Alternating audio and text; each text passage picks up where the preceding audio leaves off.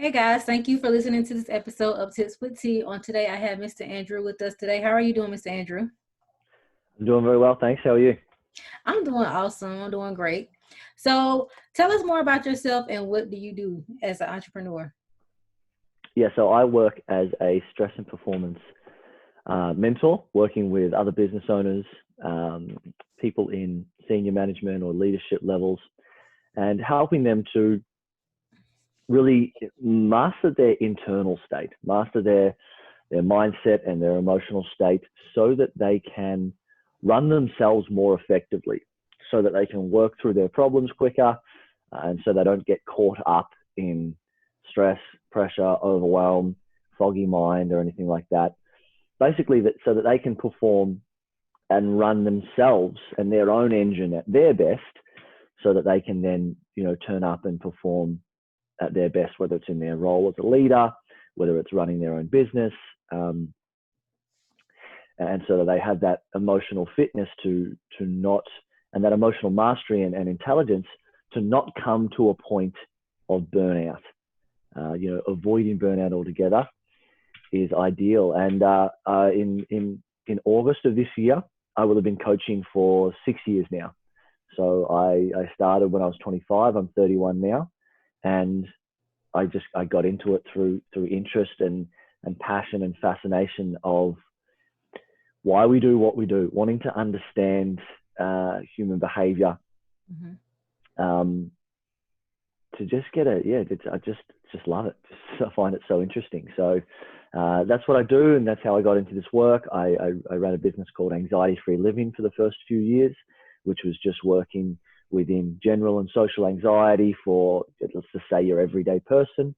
And then after a couple of years of growing myself and growing my business, I then came to a point where I'm like, yeah, okay, I want to work with people who are at a higher level of impact and influence. Whether if it is a leader or a manager with a team or a business owner with a team, um, the influence and the impact that I'm having on them, just there's a flow on effect Mm-hmm. to within their company, within their team, within their business.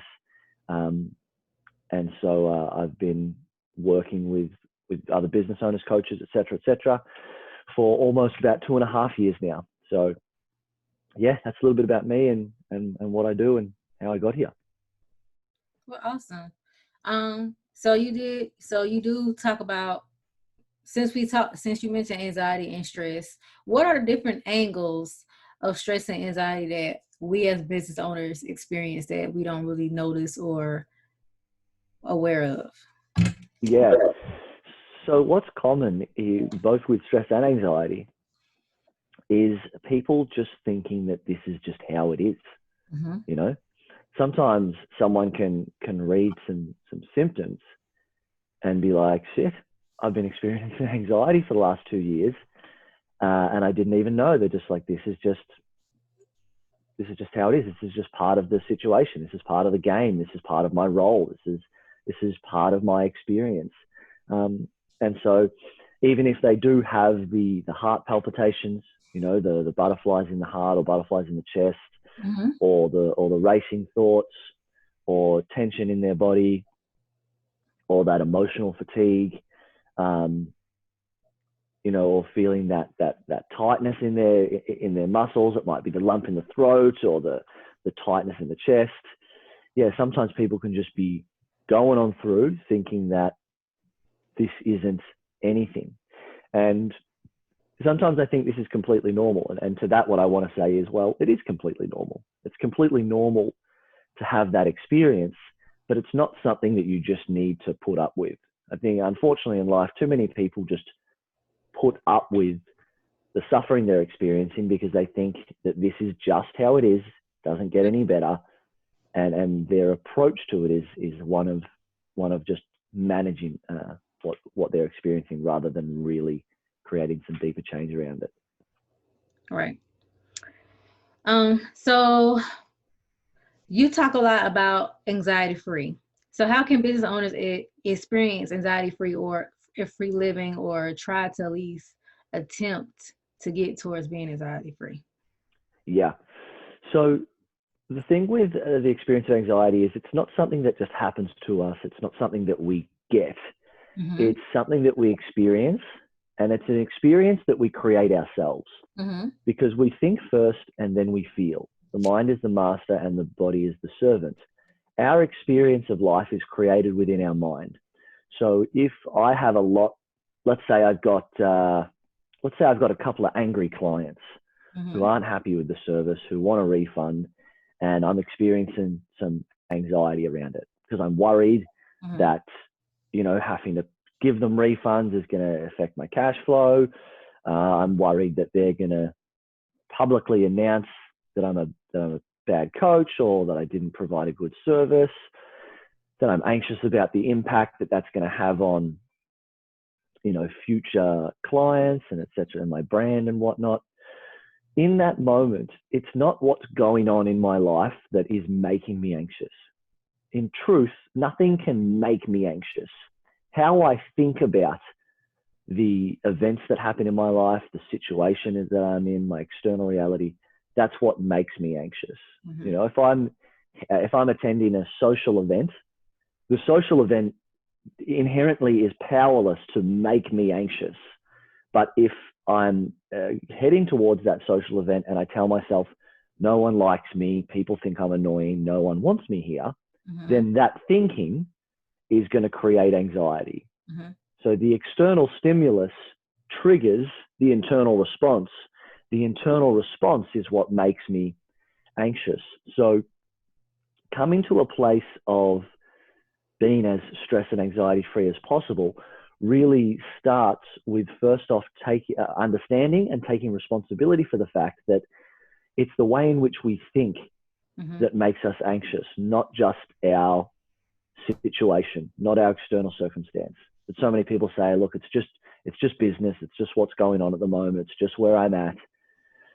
But that way of thinking continues to give power to their external reality, Mm-hmm. which then is again thinking that creates anxiety, because if we give our power away to our situation, we'll then feel powerless against it, and put ourselves in a place of fear and, of course, create more anxiety. So step number one is understand that you are the creator. Nothing's making you anxious. You're making yourself anxious with the way in which you think, and to take responsibility for that. That's step number one for sure. Well, awesome. Yeah, definitely. Try to. Me myself personally, I try to do like positive self talk because, um, we tend to think more negatively than positive, and we tend not to see the positive aspect of it, and it can really mess with your anxiety. So I'm trying to really get to the point where I see the positivity out of certain things, when it comes to my business and growing my brand and dealing with difficult clients and all those things of that nature. And 9 times out of 10, I'm noticing whenever I even think negative, it don't necessarily go into a negative way. Sometimes it even really actually turn out to a positive, but I done built up all this anxiety and additional stress that was not needed because I Yeah. didn't change my thought process. So Yeah. basically, yeah, definitely changing your thought process is what really is key. But what are some other things that we can do to help manage our stress and anxiety to help improve our performances besides just, our thoughts? Yeah. So one of the best ways to go about it is to actually allow yourself to feel the emotion of fear and anxiety. Allow yourself to feel what you're feeling. We've been, as a generalization, we've been brought up in a world where we're told not to feel, Mm-hmm. that it's all the time. What are you so grumpy for? Or what are you so happy for? Or no, don't cry, don't cry. Mm-hmm. Or if you're getting angry, it's just like, hey, you're not allowed to do that. Mm-hmm. In a variety of ways, we're emotional beings, and Mm-hmm. we've just been told not to feel, that it's not okay to cry, Mm-hmm. that you're not allowed to express your anger, Mm-hmm. and it's not safe for you to be sad. If Mm-hmm. someone says, stop being so sad, you're bringing everyone down. Mm-hmm. So we've just been told that it's not okay to feel. And what happens as a result of this is we then have shame, guilt, embarrassment around the way in which we feel. And if you grew up in a household where every time you got angry, you got in trouble, well, it's like, all right, well, I need to start suppressing my anger and hiding my anger so I don't get in trouble. And we're going to do one of two things. We're either going to rebel and say, stuff you, I'm going to get even more angry, or we're going to suppress it and hide it from the world. Right. You know, if you grew up in a house where when you were happy and excited, your bitter old parent or uncle or grandpa or whatever, or grandma said, what are you so happy about? Then you've begun to learn that it's not safe for you to be happy and excited, or else you're going to get attacked. So you begin to suppress your happiness and your excitement. So this happens, you know, a lot of times with stress and anxiety, especially more so anxiety. It gets judged as weak. It gets judged as incapable or weird. So there's shame around it. There's embarrassment around it. There's judgment on it. And so our attempts to get rid of it from our bodies are to try and push it down and fight against it. But what we resist persists, and the energies that we fight, we feed. So ironically, in our attempts to get rid of anxiety, we're only creating more of it. You know, think about whenever we apply force to something, we'll come up against an equal and opposite amount of force. So the more that you force against the emotions in your body, naturally the more they force up against you, and that's what creates this tension. You know, sometimes there's that tightness in our trapezius muscles, or that swirling in our stomach, and we just feel tight, we just feel tense and kind of really uncomfortable in our body. That's not because of the fear, it's not because of the anxiety, it's because of our resistance to it in the first place. So if you want to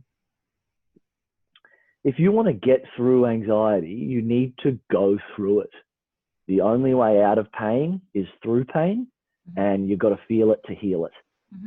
So if we're feeling anxious, what's a really powerful thing to do is to understand that it can't hurt us and it can't take control of us. These are it's two reasons why we resist anxiety. And it's to actually allow ourselves to feel it, to get out of the way, and to just let it be there. But from the mind is like, what do you mean we're just going to let it be here? We need to do something about it. We need to get rid of it, or else it's always going to be here. But that's just not the case. What we actually need to do is let ourselves know that it's okay to be experiencing anxiety, that we're allowed to be experiencing anxiety, that's not going to hurt us, it can't take control, and to get out of the way.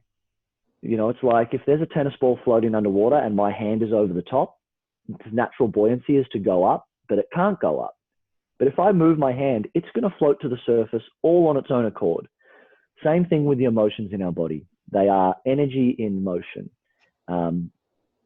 And the more that we get out of the way and allow ourselves to feel what we're feeling, the faster we'll feel through it, and the quicker those emotional states will be let go of and released from our body. So that's a really powerful practice that people can implement.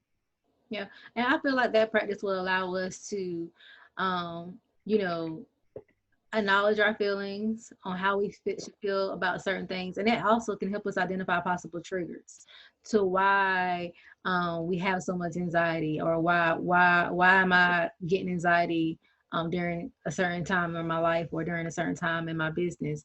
It can help you to identify those triggers, because some triggers can be controlled, like you said, if we change our thought process. So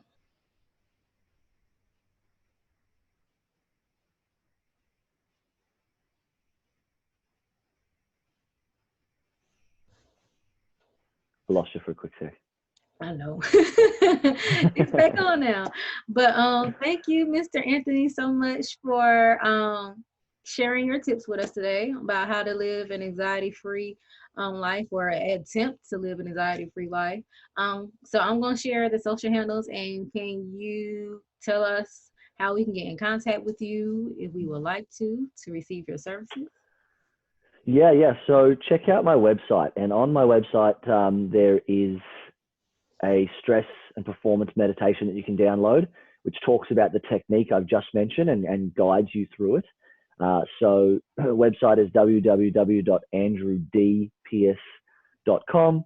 And then from there, you can access my Facebook, my business page Facebook, my LinkedIn, Instagram. There's a couple of free trainings you can download. There's a free Facebook group you can access to. So the website's a good place to go, and it's got a bunch of access to a variety of different resources on there. Awesome. And then you guys, if you want to get in contact with me, you can do so. My number is 910-316-0396. Um, Contact me at my email address, contact@mjfinancial.biz. You can visit my website to schedule a consultation at www.mjfinancial.biz.